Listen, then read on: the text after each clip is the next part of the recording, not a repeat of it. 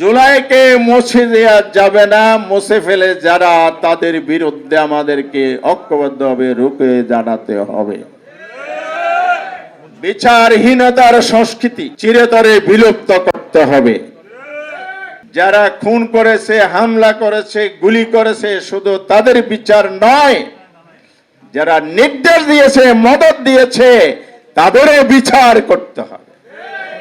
আর শপথ হবে আগামী দিনের বাংলাদেশকে, আগামী প্রজন্মের জন্য নিরাপদ, সুন্দর, উপযোগী বাংলাদেশ গড়তে হবে। সেই জন্য সংস্কার বাস্তবায়ন, গণভোটের বাস্তবায়নের মাধ্যমে আমাদেরকে এগিয়ে যেতে হবে।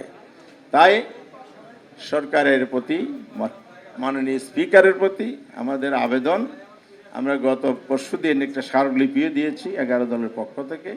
শহীদের মা জাবির বেহেনের মায়ের স্বাক্ষরিত এই স্মারকলিপি 6 দফা দাবি দিয়েছি। তার প্রথম দফা, অবিলম্বে সংস্কার পরিষদের অধিবেশন ডাকেন, সংস্কার বাস্তবায়নের পদক্ষেপ নেন। সংশোধনের মাধ্যমে এটা টেকসই হবে না। সংবিধান সংশোধনের জন্য সরকার কমিটি গঠন করেছে, আমরা বিরোধী দল সেখানে যাইনি। কেন যাইনি?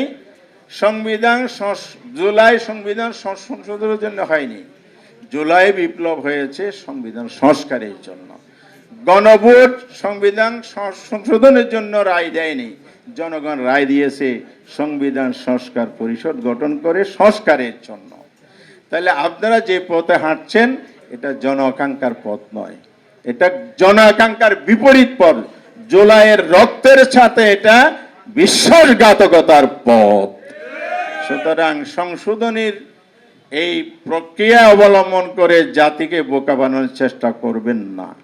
কারণ অতীতে এই সংশোধনী অনেকগুলো আদালতে গিয়ে বাতিল হয়ে গেছে। মনে আছে আপনাদের? হাইকোর্ট ডিভিশন বিভিন্ন জায়গায় নেওয়া হয়েছিল এরশাদ সাহেবের আমলে, বাতিল হয়েছে। তারপরে এরকম সংশোধনী আরও আছে। ওই যে বিচারকদের ক্ষমতা, পার্লামেন্টের ক্ষমতা নিয়ে 17 সংশোধনী, তাজুল ভাই না, 17তম সংশোধনী, ওটাও বাতিল হয়ে গেছে। তাহলে আমরা জুলাইয়ের এই সংবিধান সংশোধনের মাধ্যমে যদি সংস্কারের পথে হাঁটি, এটা একসময় চ্যালেঞ্জ হয়ে বাতিল হয়ে যাবে। তাই জনগণ বুঝে শুনে রায় দিয়েছে, সংশোধনী নয়, সংস্কারের মাধ্যমে গণভোটের রায় বাস্তবায়ন করতে হবে। প্রিয় বন্ধুরা আমার, আসুন আমরা সেই শপথে বলিয়ান হই। এই জন্য প্রয়োজনে সংসদ যদি সমাধান না করে, তাহলে রাজপথের আন্দোলনের মাধ্যমে এর সমাধান খুঁজতে হবে, জনতার পার্লামেন্টের সমাধান হবে।